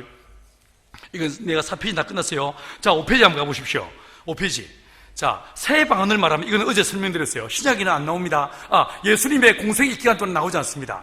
사도행전 내에 들어가서 오순절 마가의 다락방 사건 이후로 방언이 나오기 시작했다고 했어요. 그다음 뱀을 집으며 바람과 바다를 잠잠케 하십니다. 오병이요 물리를 걸으시고 4,000명을 먹이시는 놀라운 이적을 경험하게 하십니다. 1960년대 중반, 1990년대 초반에 멕시코, LA 바로 밑에 멕시코가 있지 않습니까? 멕시코 한 지역에서 기적이 나타났어요. 어떤 기적이 나타나면 오병이의 기적이 그대로 나타났습니다. 어떤 일이 났냐면 그 지역은요, 미국에서 만들어지는 수많은 쓰레기를 거기에 버리는 쓰레기 하치항 마을이 있었어요. 그 마을의 사람들은 다 능마주의였습니다. 바로 건너편에 있는 이 건너편도 그랬죠, 그죠? 그런 식으로 사람들이 거기 있는 쓰레기 줍고 페트병 모아서 팔고 이런 동네가 있었습니다. 거기에 한 목사님이 들어갔어요. 목사님이 들어가고 그들의 복음을 전하기 시작했습니다. 이게 1990년대 중반 이야기예요. 얼마 되지 않은 이야기예요. 함께 이 사람들이 복음을 전하면서 이분들 똑같이 넉마를 줬습니다. 넉마를 주고 똑같이 쓰레기를 주었어요. 이러면서 똑같이 생활하면서 한 사람 한 사람 예수를 믿기 시작했습니다. 그리고 그 마을에서 알코올 중독에, 마약 중독에, 심심하면 총으로 사람을 쏴 죽이는 그 동네에서 교회가 세워지게 됐어요. 어느 날 성탄절 무렵에 이 목사님이 그 교회에 나오는 성도들한테 제안을 했습니다. 우리가 하나님의 은혜로 예수님을 선물로 받았으니까 우리도 감옥에 있는 사람들, 그리고 이 마약으로 쩔어 있는 사람들한테 우리가 하나님의 사랑을 선물하자라고 했습니다. 서양 사람들은 성탄절이 되면 다 집집마다 파티를 합니다. 파티하기 위해 준비한 햄, 소세지, 빵, 고기 이런 걸 가져오겠습니다. 가져와가지고 요리를 해서 교도소에 있는 사람들, 그리고 또 마약 또 재활치료실에 있는 사람들을 그들을 돕기로 했습니다. 자, 이 사람들 집에서요 소시지를 가져왔어요. 햄을 가져왔어요. 가져온 건 뻔했습니다. 그런데 이 사람들이 이 햄을 썰기 시작하는데 썰어도 끝도 없이 나온 거예요. 소시지를 쓰는데 끝도 없이 늘어난 거예요. 어마무지한 양으로 늘어났고 온 동네 사람들이 먹고 남았다는 거예요. 여러분, 하나님은 지금도 살아 역사하시는 거예요. 지금도 살아 역사하시는 거예요. 이 하나님의 선하심을 맛보아하는 저와 여러분 되기를 축원합니다. 이게 간증을 막 해야 되는데, 그죠? 벌써 45분이에요. 근데 좀 더 할게요. 왜냐하면 내가 끝에 반드시 내가 들려주고 할 말이 있어가지고 내가 말을 좀 빨리 할게요. 무슨 독을 마실지라도 해봤지 않습니다. 야이로의 딸이 죽었는데 살아났어요, 그죠? 소생적이 일어났습니다. 병든 자에게 손을 얹어져 나으리라 수많은 병든 자가 고침을 받습니다. 맞죠? 베드로 장모가 열병에 아파 누워있었는데 예수님이 손을 잡고 일으키니까 여자가 열병이 떠나고 이 장모가 치유되어지고 그들을 수종들었다라고 성경 말하고 있어요. 문둥병자. 자, 레위기의 법을 따르면요, 14장의 그 레위기의 법을 따르면 문둥병자는 어떤 자입니까? 부정한 자였어요. 부정한 자였어요. 그 사람이 앉은 자리도 부정해집니다. 그 사람이 만진 컵도 부정해집니다. 그 사람을 만나며 접촉한 자 다 부정해집니다. 이 부정함이 얼마나 강력한 힘이 있는지 이 사람을 만나기만 해도 그 사람 부정에 전염돼 버립니다. 진짜 힘이 센 게 이 나병의 전염병이었어요. 그런데 이 나병 환자를 주님 만나셨어요. 주님께서 나병 환자를 멀쩡히 세워두고 말씀만 해도 됐을 거예요. 그런데 어떻게 하십니까? 그를 만지셨어요. 맞죠? 그를 만지십니다. 자, 그를 만지시는데 레위기의 법을 따르면 그 사람 나병 환자를 딱 만지는 순간에 나병의 그 부정함이 만진 사람을 오히려 부정케 해야 됩니다. 그런데 예수 안에 있는 그 생명의 능력이, 예수 안에 있는 거룩의 능력이 얼마나 강력한지 어떻게 해버립니까? 나병 환자를 정결케 만들어버립니다. 이 힘이 어디에 있는 것입니까? 예수 이름에 있는 거예요. 이 이름이 지금 어디에 있습니까? 내 안에 있는 거예요. 우리 안에 있는 거예요. 할렐루야. 이 강하고 크고 위대한 주의 이름이 내 안에 있음을 자각하시고 확신하시고 이 이름으로 기도하고 선포하며 어둠을 몰아내고 예수 이름으로 승리하는 저와 여러분 되기를 축원합니다. 뭔 말인지 알겠어요? 이제 이때는요, 여러분이 이런 말씀 듣고 난 다음에 한 주간 지난 다음에는 어머 세상에 내가 이런 일이 있었어요라고 막 감정이 넘쳐나야 되는 거예요. 맞죠? 그죠? 기도했는데 이런 일이 있었어요. 어느 날 대학 2학년 때 안동 지역에 집회를 하러 갔습니다. 집회하러 갔는데 거기서요, 대학 2학년짜리를 전도사를요, 부흥사 강사로 불렀으니 그게 뭔 큰 교회겠습니까? 코딱지만한 교회지. 안 그러겠어요? 시골 교회, 진짜 작은 교회. 그래서 부흥회를 했습니다. 마지막 날요, 아픈 사람들 다 나오라고 했어요. 내가 내가 능력이 있습니까? 없이요. 여러분 안에 있는 그 예수 이름이 내 안에도 있는 거예요. 맞죠? 여러분 안에 있는 그 예수 이름으로 내가 기도해 드릴 테니까 나오라고 했어요. 못 먹어놓고 한 사람씩 기도하기 시작했습니다. 얼마나 놀라운 일이 벌어졌는지 모릅니다. 진짜 많은 이적들이 나타났어요. 다음날 새벽 예배 끝나고 짐을 챙겨서 올라오려고 하는데 어떤 한 아줌매가 애를 업고 왔어요. 애를 업고 왔어. 업고 왔는데 뭐라고 하냐면, 아이고, 여기에 용한 전도사님 한 분 왔다면서요? 이러는 거예요. 이러면서 이 아줌매가 뭐라고 간증하냐면, 이 아줌매는 교회를 어쩌다 한 번씩 나오는 아줌매였어요. 근데 그 전날 밤에 이 아이가 열이 나서 불뜨거리다. 지금이면 응급실도 있고 119도 있지만 그 30년 전에 먼 119가 어디 있겠습니까? 그러지 않겠습니까? 이 아이를 붙잡고 어찌할 길이 없습니다. 그런데 이 아줌매가 듣고 들은 건 있어가지고 그 전도사님이 말하던 예수의 이름으로 말하노니 내 아들의 열병이 떠나갈 치우다라고 기도하니까 이 아들이 열병이 치유되고 회복되더란 거예요. 여러분 안에 있는 그 예수 이름이 내 안에도 있기 때문에 그 이름으로 선포한 적 치유와 회복의 역사가 나타나더란 거예요. 저희 아버지 끝까지 예수 안 믿었어요. 내가 눈에 크게 가나 봐라. 내가 내 예수 믿는가? 이러셨던 분이 우리 아버지셨어요. 내가 신학교 가는 순간에 저희 아버지께서 나 아들 많다. 내가 딸 셋에 아들 셋인데 네 하나 없어도 아무 시랑 관계없어. 너 나랑 관계 끊자. 아들 하나 안 난 거로 친다. 가라. 더 이상 내 얼굴 볼 생각하지 마라. 라고 집에서 쫓겨났습니다. 쫓겨나서 말씀드린 대로 신학교 가면서 주님, 내가 우리 부모님과 우리 6남매의 구원을 위해 기도하지 않겠습니다. 대신에 내 나라, 내 민족, 내 교회에게 주의 생명의 보험을 전하는 일에 내 삶을 드리겠나이다. 헌신을 했습니다. 서원을 했습니다. 그래서 나는 20대에 미친놈처럼 지리산 골짜기에 뛰어들어가서 복음을 전한 거예요.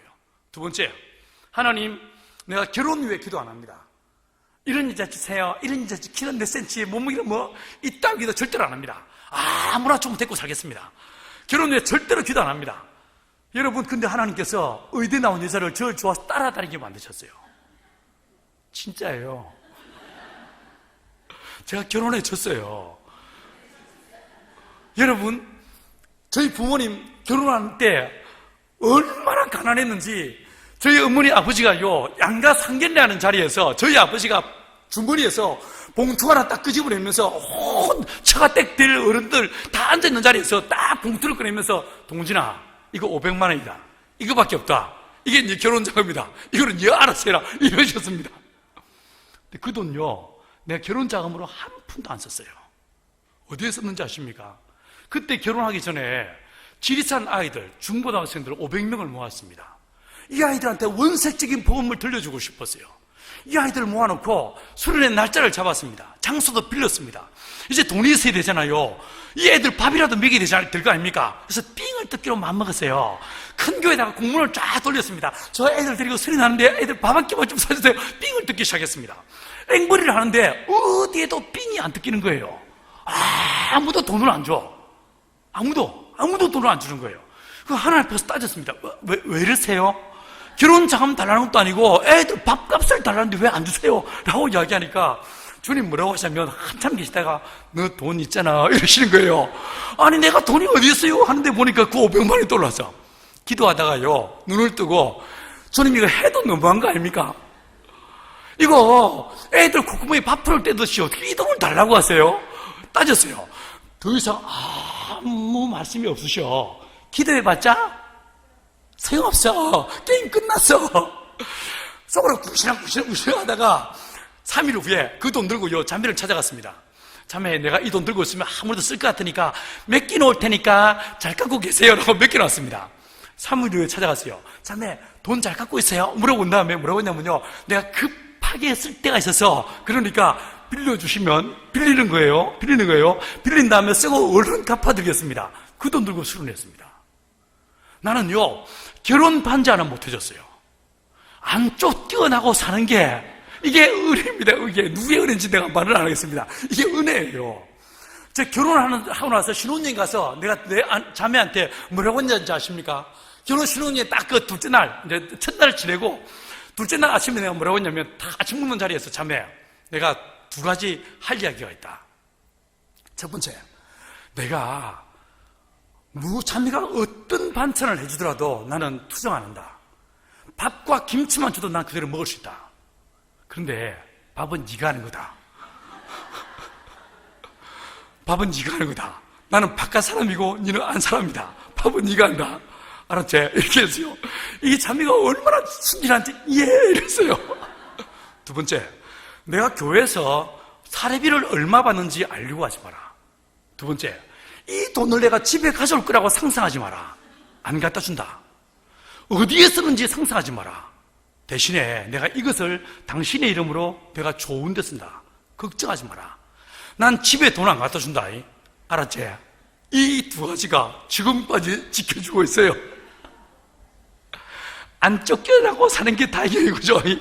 여러분, 하나님 신실하게 응답하셨습니다. 근데 저희 아버지가 언제 예수를 믿기 시작하냐면 저희 어머니 암에 걸리셨습니다. 병원에서요 3개월도 못 산다고 했습니다. 한 달 길어야 3개월밖에 못 산다고 했습니다. 집에 가서 좋은 것 해먹이고 잘 편안히 모시라고 했습니다. 어머니 집에 모시고 왔습니다. 6남매 다 모았습니다. 말씀드린 대로 6남매 중에서 목사가 3명 있다고 했죠. 여러분 이 6남매 다 모아놓고 3일 금식을 같이 했습니다.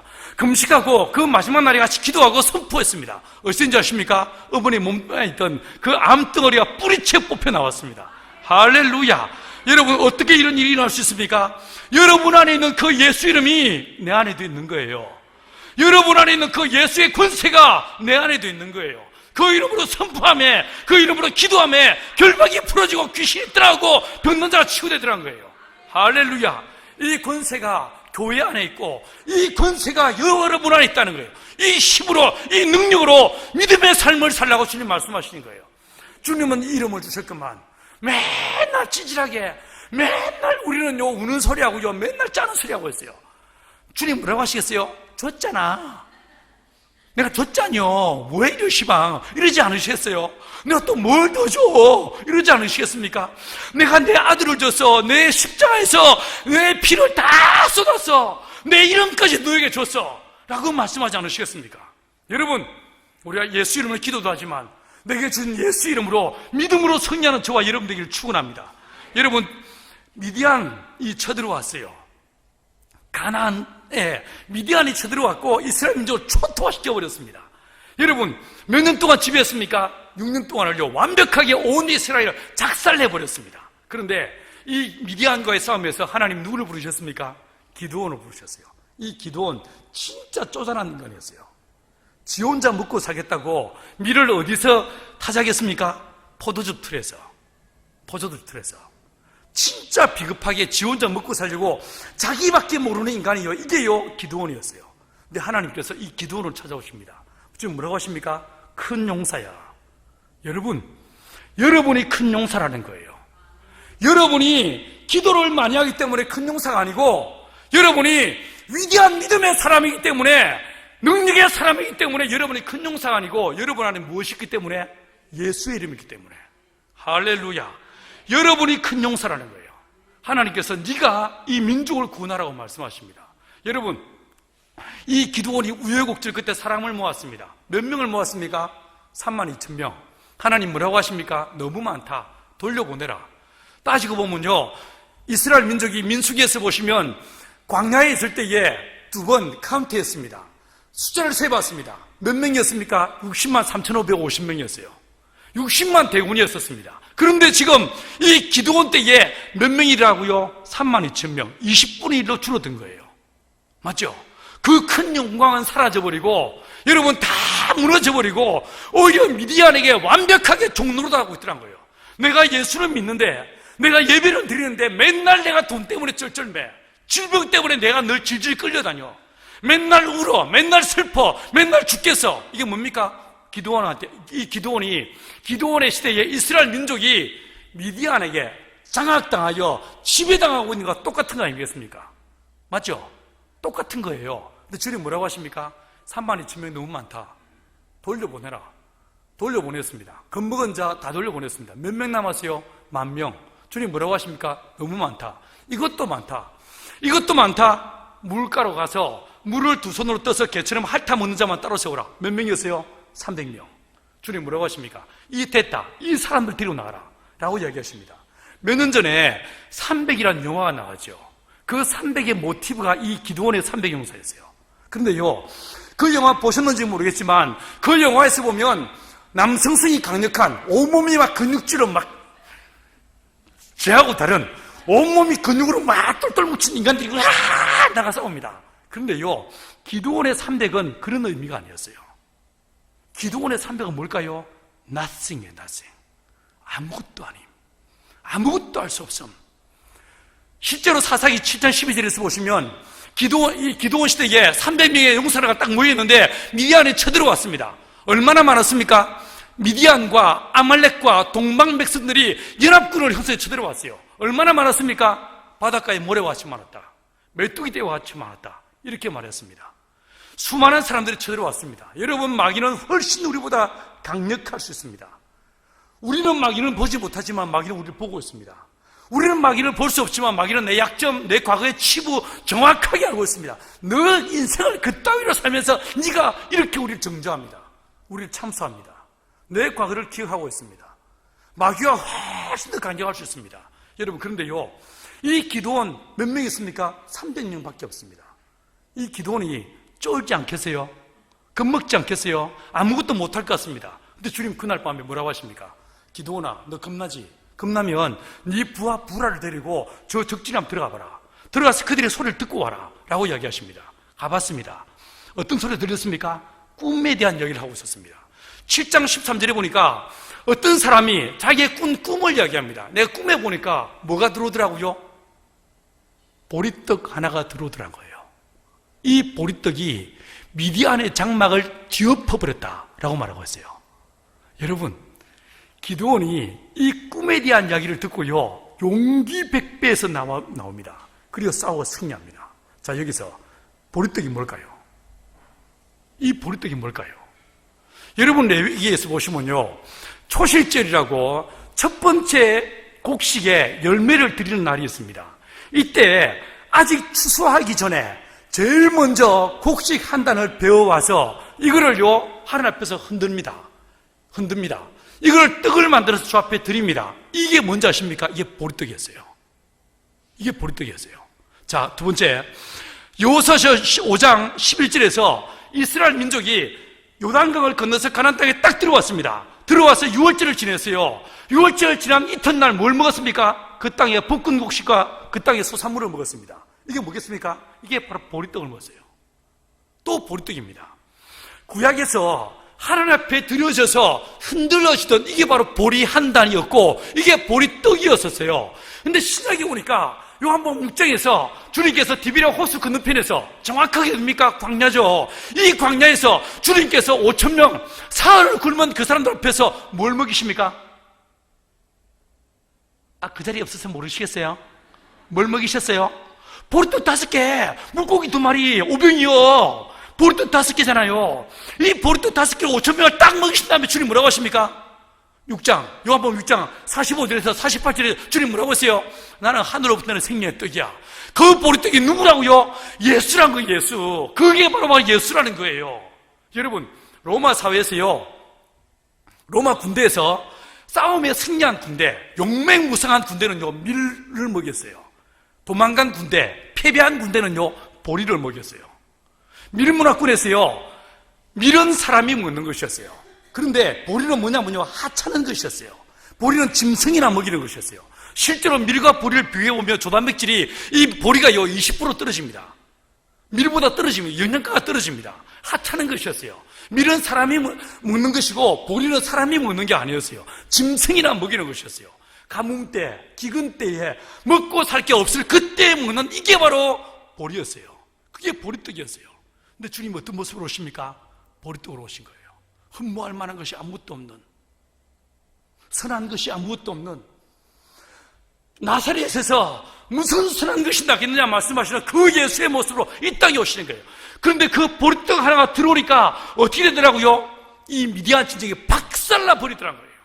여러분, 우리 인생 안에 보리떡 대신 예수가 들어오실 수 있게 되길 축원합니다. 여러분의 인생 한 가운데 예수께서 내 안에 좌정하시고, 여러분 예수 그리스도의 십자가 내 위에 우뚝 세워지고 그 피가 나를 덮어버리고 내 안에 예수 이름이 새겨져서 하나님의 거룩한 성전으로 서서 세상 사람들이 볼 때 나는 아무것도 안 해요. 나는 낯성이에요. 나는 그냥 천부에 불과해요. 여러분 너무 저하고 뭐 별로 차이 없는 것 같습니다. 그죠? 그런데 내 안에 누가 있다고요? 예수가 계신 거예요. 예수 이름 있는 거예요. 보리떡 대신 그 예수가 들어오심에 어떤 일이 벌어지더라고요? 그 미안의 장막을 뒤엎어버리고 위대한 승리를 경험하게 하시는 거예요.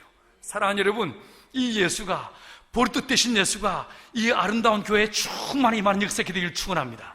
여러분의 심령 안에 임하는 역사가 되길 축원합니다. 여러분 그 예수, 보리떡 대신 예수, 그 예수 이름이 내 안에 성령으로 임하실 때에, 내 안에 없던 예수 이름이 주어지게 될 때에 내가 명령한 적 귀신이 떠나고, 내가 명한 적 병든 자가 치유되고, 내가 명한 적 죽은 자가 살아나고, 내가 명한 적 문둥이가 깨끗게 되는, 죽은 자가 살아나는 이 위대한 역사가 일하게 될 줄 믿습니다.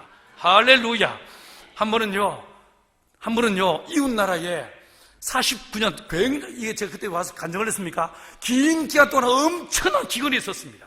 엄청난 기근이 49년 만에 최악의 가뭄이랄 때가 있었습니다. 그 가뭄의 때에 사람들이요 기후제를 지냈지만 비가 오지 않았었습니다. 근데 그때에 그 5월달 이미 추수를 끝냈어야 될 때임에도 불구하고 수확을 해야 되는, 이 파종을 해야 되는데 파종을 못하고 파종한 것도 다 말라주는 그런 때였었습니다. 그런데 우연한 기회에 그 길을 가게 됐어요. 양산매의 집에서 함께 예배를 드리는데 이 자매가 제 앞에서 닭똥 같은 눈물을 흘리면서, 목사님 비가 오지 않습니다. 비 오도록 기도해 주십시오 라고 했습니다. 그 땅에 가보시면요 수백만 피의 거대한 평원입니다. 그 평원에 비가 오지 않아서 노랗게 타 죽어가는 거예요. 그 자매의 밭은 기껏해 한 3,000평 작은 밭이었습니다. 그 밭을 나갔습니다. 제가 할 수 있는 게 뭐가 있겠습니까? 예수 우리 왕이여 이곳에 오소서, 이 찬양을 함께 드리면서 마치 여리고성을 돌듯이 그 땅을 돌았습니다. 한 바퀴를 돌고 또 찬양을 드리고 또 찬양을 드리고 세 바퀴를 돌았어요. 돌고 그 자리에 무릎을 꿇고 앉아 기도하기 시작했습니다. 여러분 기도하는 가운데, 예수 이름으로 기도하는 가운데 비가 오기 시작했어요. 비가 오는데 정말 놀랍게도요 이 양산매의 밭에 비가 쏟아지기 시작했어요. 여기만 수백만 평의 땅에서 여기만 비가 쏟아지기 시작했어요. 그러면서 비가 쫙 쏟아지기 시작하니까 모든 동네 사람들 다 뛰어나왔습니다. 그러지 않았겠어요? 야, 비가 온다 라고 했어요. 그런데 그 비가 예수 믿는 이 양산매의 밭에만 비가 떨어진 거예요. 그래서 이 비가 서서히 넓혀지면서 그 거대한 초원에 모든 땅에 비가 내리기 시작했어요. 어떻게 이런 일이 날 수 있겠습니까? 예수 이름이에요. 하나님의 성령이 역사하심에 온 만물의 주인 되시는 창조자이신 그 하나님께서, 열면 닫을 자 없으시고 닫으면 열 자 없으신 하나님께서 어둠의 결박을 풀으시고 온 땅과 상천하지의 모든 만물을 지배하시면서 하나님이 역사하시는 거예요. 이분이 여러분의 아버지이신 거예요. 이분이 우리의 주인이신 거예요. 이분이 우리의 선한 목자이신 거예요. 그 하나님의 손을 붙잡고, 나를 위해 피 흘리신 그 피모도 손을 붙잡고 예수와 동행하고 예수와 함께하면서 그분의 이름을 높여드리면서 그분의 이름을 증거하는 예수의 증인으로 살아가는 저와 여러분 되시길 간절히 축원합니다. 같이 한번 기도하십시다. 한번 합심해서 한번 기도하십시다. 주님, 우리 안에 성령의 충만함을 더하여 주옵소서. 여러분, 마가요한은 우리에게 말하기를 성령의 충만함에 하나님의 거룩한 권능이 주어지는데, 기도와 능력이 주어지는데 이적과 표적을 행하는 생명의 능력이 주어진다 라고 이야기하고 있습니다. 하나님, 이 은혜가 내게 있게 하여 주옵소서. 주여, 내 안에 주신 예수 이름, 이 예수 이름으로 믿음으로 승리하는 삶을 살게 하여 주옵소서. 이 예수 이름으로 예수의 증인된 예수의 제자의 삶을 살게 하여 주옵소서. 한번 주님 믿습니다. 한번 우리 함께 합심해서 세 번 간절한 마음으로 기도하시고, 주여, 내게 있는 예수 이름으로 승리하는 삶을, 예수의 영광을 드리는 믿음의 삶을 살게 하여 주옵소서. 다 같이 기도하시며 나가시겠습니다. 주님 믿습니다. 주님 믿습니다. 주님 믿습니다.